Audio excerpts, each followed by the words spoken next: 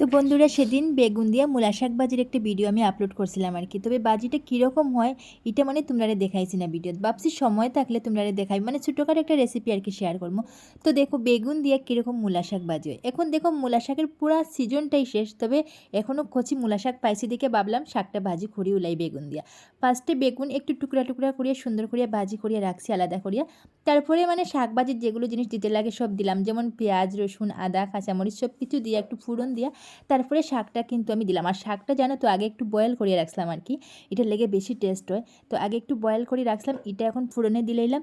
তারপরে বেশ ভালো করে নাড়াচাড়া করিয়া আর কি, তারপরে নামানোর একটু আগে আর কি বেগুনটা দিয়ে আরও একটু সময় নাড়াচাড়া করিয়া তারপরে নামাইলাম। বেশ সুন্দর হয়েছে বাজিটা।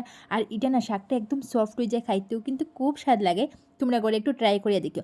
আর তার মধ্যে যদি আর একটু চ্যাং মাছ থাকে, যদি আর চ্যাং মাছ একটু দেওয়া যায় তাহলে তো তার সেন্টটা খুব সুন্দর হয়। তবে আমার কাছে কিন্তু চ্যাং মাছ আসলো না।